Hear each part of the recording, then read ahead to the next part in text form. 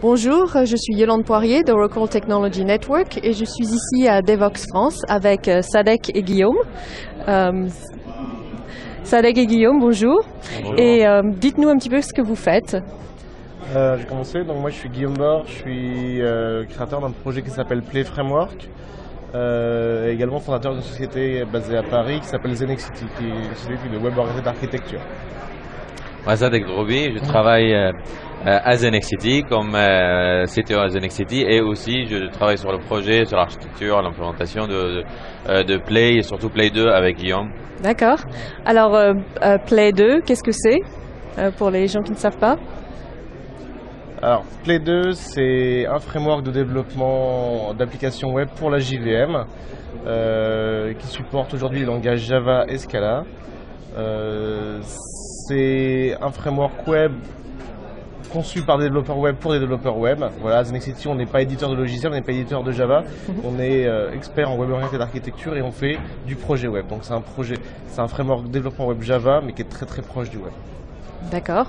Alors, quelle est la différence? Enfin, pourquoi cette framework, quoi? Je veux dire, pourquoi cette nouvelle framework? Quels sont les avantages en fait de cette? En fait, ce qui est intéressant, c'est encore une fois, on n'est pas à un moment donné, on a dit on va faire un framework web. On a essayé en fait de faire avec ce qui existe.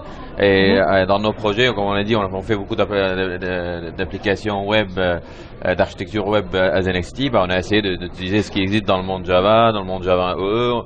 Guillaume, il vient du monde Java EE. Et en fait, on a rajouté certaines choses à ces frameworks pour les adapter, pour que ce soit productif, pour que ce soit plus simple. Et petit à petit, en fait, on a construit des conventions ou des choses autour de framework qu'on a vu que voilà, ça fait deux sens. On a commencé à le répliquer pour tous les projets. Et à un moment donné, voilà, ça faisait deux sens en fait de l'extraire et faire un projet. Et ben, c'est exactement ce que Guillaume a fait. Il a démarré Play 1 bien sûr. Ouais. En fait, c'était un projet interne. Après, on l'a ouvert à l'open source. Ah, d'accord. Et voilà, après, on a continué à travailler dessus, à rajouter tout ce qu'on a besoin en fait pour développer des applications web modernes. Et c'est exactement ça, c'est exactement pour ça que Play 2 est là en fait. C'est parce qu'on a vu que pour les applications web modernes, il faut encore rajouter certaines choses. Il faut écrire une architecture meilleure, scalable, à 5, tout ça. Et voilà, on a livré Play 2 il y a un mois, le 13 mars. Et voilà, c'est un peu l'histoire de projet. Depuis quand est-ce que vous avez commencé le projet? Alors moi c'est un vieux projet parce qu'avant d'être ce projet open source avec cette communauté, c'était mon projet personnel déjà avant.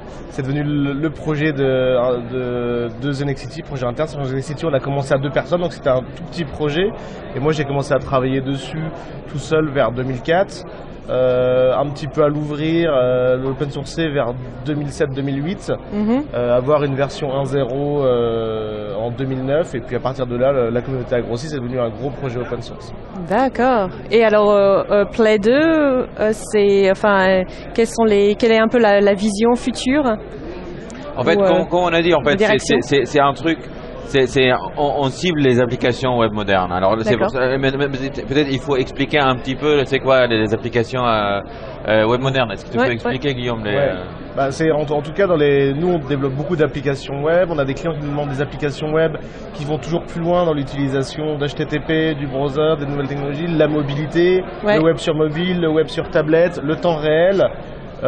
Des applications qui deviennent énormes, entièrement faites en web, donc avec des problématiques de maintenance sur le long terme, beaucoup d'écrans. C'est un peu tous les problèmes qu'on essaye de régler. À la fois ce côté temps réel, streaming, être très réactif, adresser tous les périphériques, tous les browsers, les téléphones, les tablettes, les desktops, et profiter du fait que Java c'est un langage compilé, statiquement typé, que la JVM elle supporte aujourd'hui plusieurs langages, dont d'autres langages statiquement typés comme Scala, pour ne pas seulement faire un framework Java, mais un framework web pour la JVM et qui utilise la force de la JVM qui est le système de type, le fait qu'on ait un compilateur et tout ça.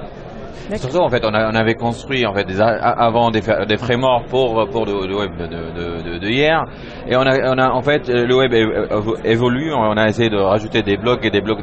À un moment donné en fait pour un problème très simple en fait, comme par exemple on envoie des messages sur des sockets, on parle WebSocket, server set event et ce genre de trucs. on a commencé à rajouter des blocs et ça devient très complexe de faire des choses super simples. Et nous, en fait, on croit dans la simplicité des choses. C'est-à-dire, on va faire des WebSockets, ça doit être simple parce que c'est un truc qu'on fait, c'est le début en fait. Après, on peut rajouter des choses pour composer, mais au début, ça doit être simple. Faire des applications scalables, ça devrait être simple. Et voilà, c'est exactement la vision.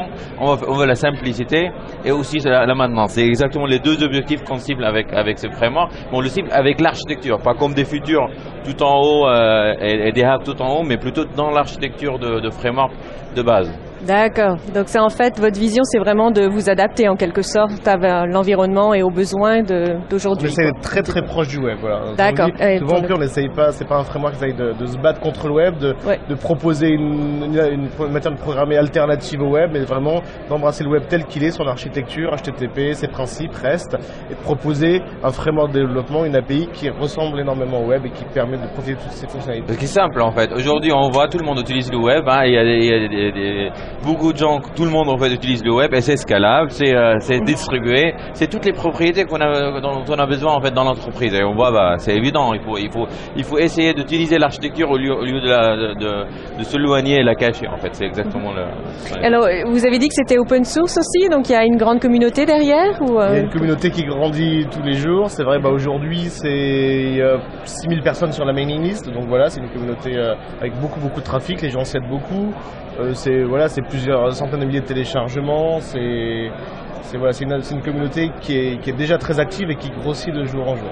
Et combien de forks en fait on a eu déjà des committers, des comités parce qu'on utilise GitHub, donc vraiment c'est cet aspect très social pour la communauté pour contribuer. Donc sur GitHub que tout le monde puisse avoir son fork de play, travailler sur ses features et proposer via pull request. Donc oui, on a plusieurs milliers de personnes qui sont watchers sur le projet, donc qui regardent tous nos commits et plusieurs centaines de forks, donc de gens qui ont leur version de play. Qui essayent de proposer des fonctionnalités ou au framework. Corriger des bugs et voilà. Super. Alors j'ai vu que sur Internet vous avez dit que la complexité de Java c'était vraiment plutôt culturel qu'un fait. Vous avez un commentaire? Ça c'était vraiment au début du projet. Alors parce qu'au début du projet, voilà, je me remets dans le contexte en 2007-2008 quand je sortais les choses.